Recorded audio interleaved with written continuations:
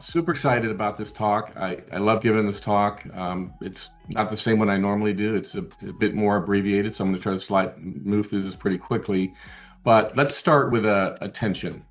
Um, in our industry, giving back clearly matters. As a matter of fact, we did a study, and what we found is a study among market research industry leaders across 13 countries. It wasn't a big sample size. It was about 100. And we explored issues like, why people give, why organizations give, how much, what's the incidence of people giving back to the industry and to other organizations, and what are some of the things that concern them about the act of giving, because there are some political hot points about who you choose to give to. So while there's a lot to think about there, one of the key learnings was that really good news that about three-quarters of the people responding said that they give back regularly in various ways. But on the other side of that, the challenge is that most leaders and organizations or company owners don't see the ROI, the value to their organization, specifically the brand, in charitable giving or giving time or investing time. They just tend to think it's the right thing to do. So if it feels good, they do it. And that's all good stuff, except I think there's more to unpack there. I think there's a lot of stuff being left on the table for the investments that you all personally give or that we give. And I think that the act of doing that actually helps build your brand. And that's the case I'm going to try to make today.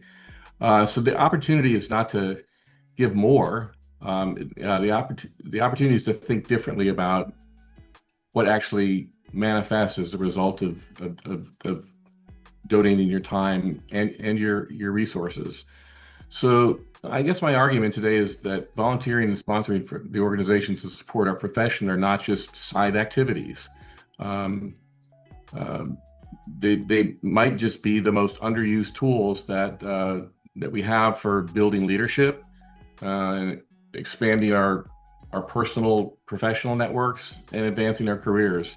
And certainly something we don't talk a lot about is strengthening our innovation culture. And I'll get into that in a minute.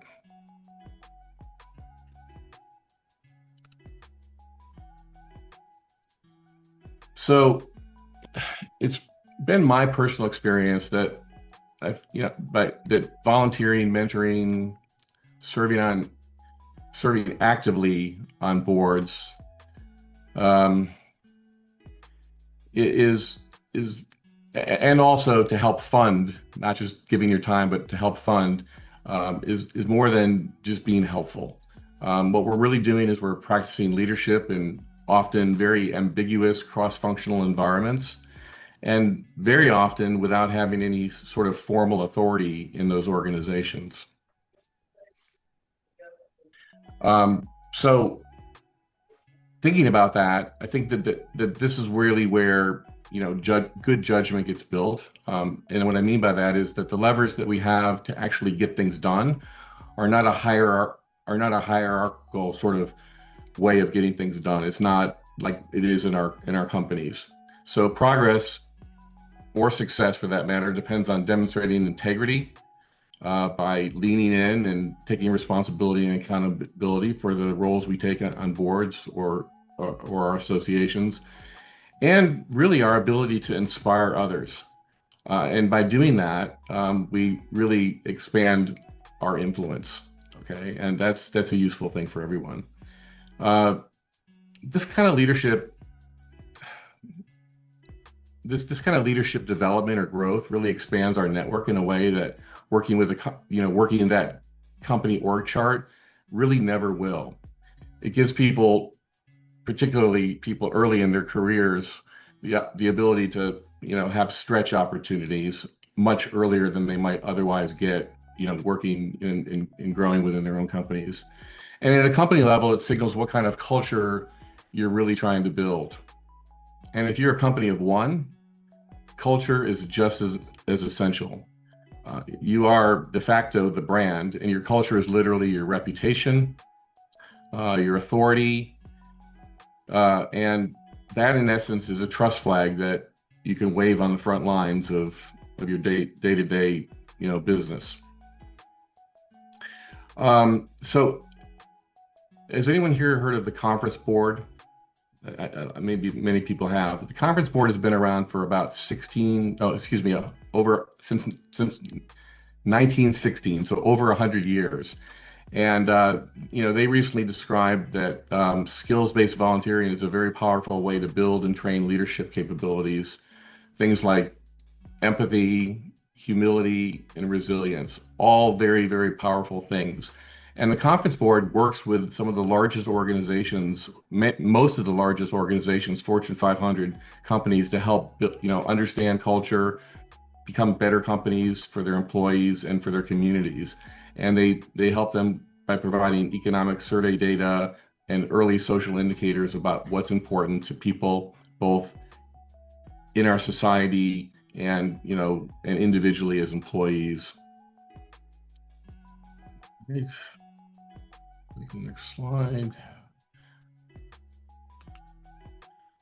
So I think a business case for giving is really more compelling than many companies really treat it. There's a company called Benevity who provides SaaS platforms for organizations, really over 500,000 nonprofits and commercial organizations to be better at giving, to monitor engagement, to help donation process, to help connect people that want to invest their time in nonprofits with those nonprofits that desperately need their help. And what they found is through their research that people who participate in corporate programs or individually are really 52% likely to leave their organization. So that's a really, really valuable thing when you're thinking about retention and so on and so forth. And then there was an Edelman study Edelman's a PR/social research company that does a lot of work in this area. What they found is that employees often look at their companies as the most trusted form of information about most things that they're making decisions about in their life. And that employers have this critical role of being believable and that source of information. But more recently, especially since COVID, and now the introduction of AI and all the tensions and disruption associated with that, there's this chasm that's growing between trust, the way employees look at trust in government and things that they normally used to trust, with executives in the company being more optimistic and associates within the company being a bit less so. So investing in things like employee engagement programs, investing in the community and things like that are a way for companies to regain that trust, and to show that having a positive view of the future is really a good thing for the culture of the company. And lastly, for people that like academic sort of data, a company a university out of Sweden called Hanken did a study, and they found that companies that are actively engaged in helping their employees connect with organizations that help the community help reduce turnover by somewhere around 8 to 9% than it otherwise might be.